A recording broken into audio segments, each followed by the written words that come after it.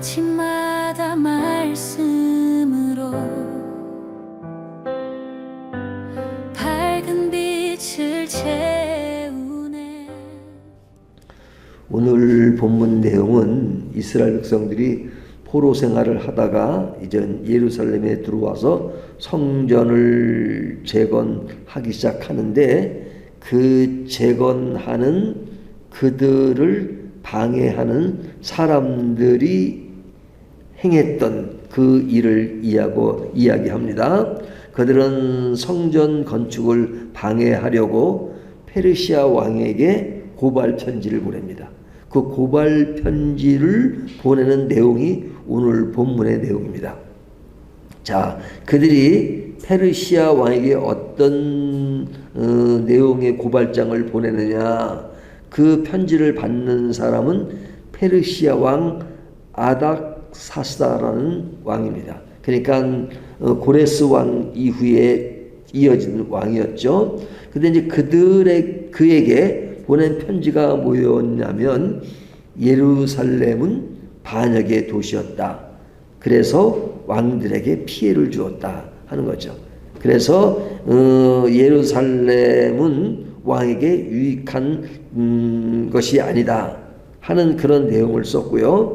그 다음에 이제 하는 말이, 성벽과 성전이 재건되면 이스라엘은 다시 반란을 일으킬 수 있다. 그러니까 지금 페르시아 왕에게 보낸 고발서잖아요. 그러니까 성전이 재건되면 페르시아 왕의 통치를 받지 않고 그들이 반란을 일으킬 것이다.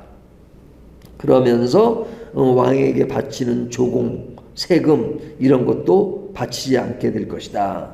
그러니까 왕이 그 모든 과거의 그런 이스라엘의 역사를 조사해보고 지금 성전 건축하는 것을 중단시키라 하는 요구를 그들이 하는 겁니다. 이 요구를 하는 사람들이 누구냐 하는 것은 어제 말씀드린 것처럼 사마리아에 있는 사람들이 자기들의 혼합주의를 지탱하기 위해서, 그리고 성전 건축하는 것이 자기들의 그 원함에 동조하지 않으니까 그들이 그렇게 방해를 한 거죠. 방해하는 것이 처음에는 뭐 이렇게 협력을 하자 그리고 그것이 안 되니까 페르시아 왕에게 고발장을 보내서 페르시아 왕이 그 성전 건축을 중단하도록 한 것입니다. 그러면 결과적으로 어떻게 되느냐? 왕은 그 편지를 받고 그들이 강렬하게 편지를 보낸 것들을 보고 조사를 하겠죠. 조사를 하고 그 방해자들의 요청을 받아들여 성전 건축을 중단하도록 이제 명령을 내린 겁니다. 명령을 내린 겁니다. 그러니까 그 명령에 의해서 성전 건축을 시작하다 중단돼 버린 겁니다. 건축을 하지 못하게 된 거죠. 그러면 이 성전 건축을 얼마 동안 멈추게 되느냐, 중단되었느냐? 16년 동안 중단되었습니다. 16년 동안. 그러니까 그 당시에 스룹바벨 성전이 짓는데 몇 년이 걸렸냐면요, 4년이 걸렸거든요. 근데 처음 시작하려고 할 때 이들이 성전 건축을 못하게 해가지고 16년 동안 중단되었다가 그 이후에 4년 동안 건축을 한 것입니다. 그러니까 4년 동안 건축한 것이 20년이 걸린 거죠. 이들이 중단을 시킨 것 때문에. 그러면 이때가 언제부터냐? 이들이 성전 건축을 할 때는 고레스 왕 칙령으로 주전 536년에 시작했습니다. 그런데 중단된 것은 그 다음 왕인 아닥사스다 왕의 명령으로 이 성전 건축이 중단되죠. 그러다가 성전 건축이 재건된 것은, 다시 시작하게 된 것은 주전 520년이었는데 그때는 그 아닥사스다 왕 다음인 다리오 왕 때 시작된 것이죠. 그러니까 완공은 주전 516년에 된 것입니다. 그러니까 536년에 시작됐던 것이 516년에 완성된 거죠. 그러니까 16년 동안은 중단 시간이었고 성전을 실제로 지은 기간은 4년이었습니다. 그러니까 16년 동안은 방해하는 사람들에 의해서 너무나도 헛된 시간을 보낸 것이죠. 그런데 이 사건을 오늘 본문이 기록하고 있는데 이 기록이 오늘날 우리들에게 주는 교훈이 뭐냐? 하나님의 일에는 반드시 방해가 따릅니다. 참 이런 일이 없어야 되는데 늘 주의 일을 하려고 그러면 방해하는 세력들이 있죠. 하나님의 뜻을 따를 때는 외부의 반대와 시련이 있을 수도 있다는 것을 오늘 본문이 이야기합니다. 어려움은 하나님의 뜻이 아니라는 증거죠. 그러니까 인간적으로는 그런 것이 없기를 바라지만 늘 주의 일을 하려면 어둠의 세력이 있어요. 그래서 늘 방해하고 늘 힘들게 하고 늘 시비를 걸고 하는 그런 일이 있습니다. 시비 거는 일들이 있으니까 이것은 하나님의 뜻이 아니구나가 아니라 하나님의 뜻을 실현하는 그 길에 항상 따르는 것이 그런 고난이 있다는 거죠. 어려운 일이 있다는 거죠. 그러나 그것은 하나님의 일입니다. 그러나 그런 힘을, 그릇된 힘을 발휘하는 세상의 권력은 그 당시에는 힘을 가지고 참 주의 일을 하는 것을 방해하고 막고 하지만 그 힘이 그 당시에는 커 보이지만 시간이 지나면 그것은 다 헛된 일입니다. 그리고 무너집니다. 언젠가는 무너집니다.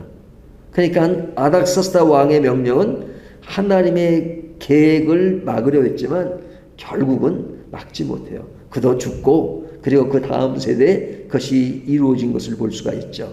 그러니까 그릇된 것이 힘을 발휘할 때는 그 당시는 엄청난 힘이고 그리고 주의 일은 약하게 보일지 모르지만 그러나 그때가 지나가면 완전히 다른 모습이 보여질 수 있는 것이죠.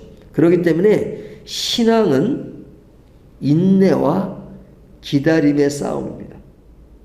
신앙은 꼭 성전 건축뿐 아니라 우리의 개인인 우리 성전도 늘 인내가 필요하고 기다림 속에서 그리고 기다림의 싸움 속에서 무엇인가 이루어 나가는 것이죠. 16년의 중단은 백성들에게 너무너무 큰 시련의 시간이었잖아요. 지금 주님의 영광을 위해서 성전을 짓겠다는데 그것이 16년 동안 중단된 것은 너무너무 안타까운 시간이죠. 하지만 그런 와중에도 하나님의 시간표를 신뢰하며 기다리는 믿음이 필요했던 것이죠. 그러니까 16년은 성전 건축이 중단된 시간이지만 믿는 사람들에게는 그 시간이 인내의 시간이었고 믿음을 이렇게 더 이렇게 쌓이게 만드는 그런 시간이라고 볼 수 있죠. 굉장히 인간적으로는 힘들고 어렵고 고난의 시간이었지만 그러나 그 시간은 하나님이 주시는 자람의 성숙의 시간들로 점철된 것이죠. 그런데 그들이 이러한 어려움을 어떻게 견디었는가? 오늘 본문에 보면 학개 스가랴 선지자가 말씀을 통해서 다시 성전을 건축하게 될 것이다 하는 이야기를 하잖아요. 그러니까 이들의 그 이야기는 하나님의 말씀을 대변한 것이죠. 그렇기 때문에 이들이 그 흔들림 속에서 이겨낼 수 있었던 것은 말씀과 기도죠. 그러니까 이 말씀과 기도는 신앙생활 가운데 가장 중요한 요소인데 우리가 매일매일 반복되는 것이니까 이것을 무시할 때가 참 많죠. 그러니까 말씀과 기도는 기본이고 그래. 말씀과 기도는 기본이고 다른 일에 더 의미 부여를 할 때가 많죠. 그러니까 의미 부여를 한다고 해서 말씀과 기도는 그냥 주연이 있던 것이 갑자기 조연이 되는 것이 아니죠. 말씀과 기도는 아무리 많은 것을 드러내어도 그것은 신앙의 기초고 사실은 전부라고 해도 과언이 아닙니다. 근데 이들은 이런 어려움 속에서 흔들리지 않고 16년의 긴 세월을 견딜 수 있었던 것은 말씀과 기도가 그들을 다시 일어나게 했죠. 그래서 16년의 시간을 견디게 만들고 그 견디는 인내 끝에 다리오 왕이 나오면서 이제 그들은 성전 건축을 시작하게 됐습니다. 그래서 4년 만에 성전 건축을 한 겁니다. 그러니까 성전 건축을 4년 했다는 것은 3번의 성전 가운데 제일 짧은 시간이었죠. 솔로몬 성전은 몇 년 걸렸죠? 7년 걸렸잖아요. 7년. 솔로몬 성전은 7년 걸렸습니다. 그런데 두 번째 성전은 4년 걸렸습니다. 그러니까 헤롯 때 성전은 얼마나 걸렸냐? 60년이 넘게 걸렸습니다. 헤롯 성전은. 그러니까 예수님 당시에 헤롯 성전이 있었는데 그때도 완공된 것은 아니었고 아직까지도 완공되지 않은 상태에서 성전이 운영됐던 것이죠. 그러니까 긴 세월 동안 지어진 것이 헤롯 성전입니다. 그러면 헤롯 성전은 너무 규모가 커가지고 첫 번째 성전과 두 번째 성전은 비교할 수도 없어요. 하지만 첫 번째 성전과 두 번째 성전은 규모는 비슷했어요. 크기는 비슷했어요. 하지만 앞에 성전은 7년 걸리고 두 번째 성전은 4년 걸렸는데 크기는 비슷했지만 뭐가 달랐느냐? 거기의 오늘날식으로 말하면 데코레이션이나 그 모든 것들은 두 번째 성전은 거의 생략이 많이 됐어요. 그러니까 형태만 갖추고 있는 거죠. 그냥 초라하기는 되게 초라한 겁니다. 첫 번째 성전은 그때는 금이 남아 돌아가지고 막 금으로 치장을 했잖아요. 두 번째 성전은 금으로 치장할 만한 여유가 없었어요.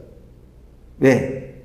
나라가 항폐하고 어려운 상황이 있기 때문에. 하지만 세계 성전 중에서 가장 성전의 가치를 발휘한 것은 두 번째 성전입니다. 성전의 규모는 초라했지만 그 내용에 있어서는 정말 성전 건축이 그냥 하나님의 그 나라에서 뺏겼던 70년의 과거를 생각하면서 정말 성전을 그리워하고 성전이 건축될 때 16년에 중단된 것을 너무너무 안타깝게 생각하면서 정말로 간절한 심정으로 애달픈 심정으로 지은 성전이 두 번째 성전이에요.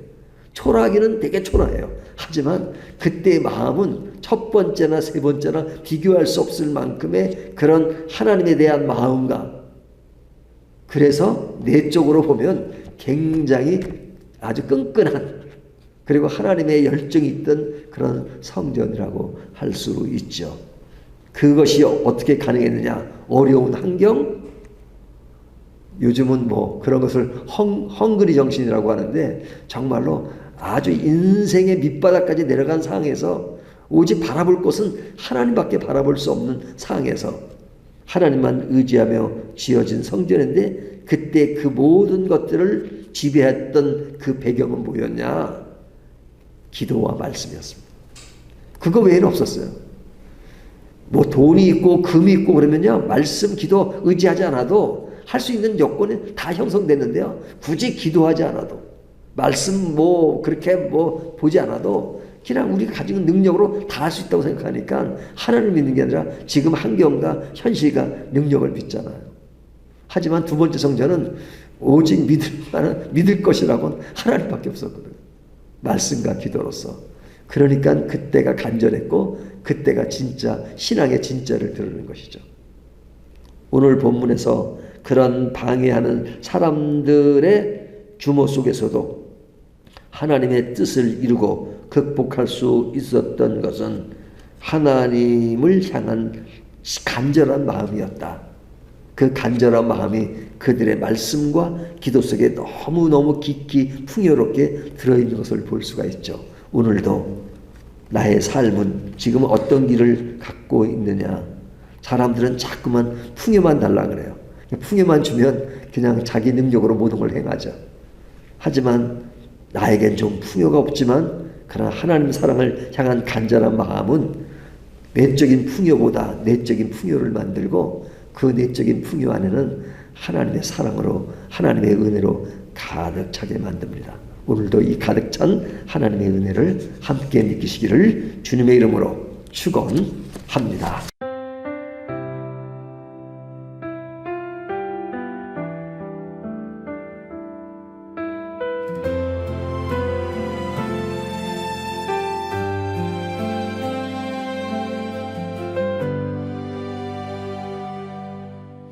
아침마다 말씀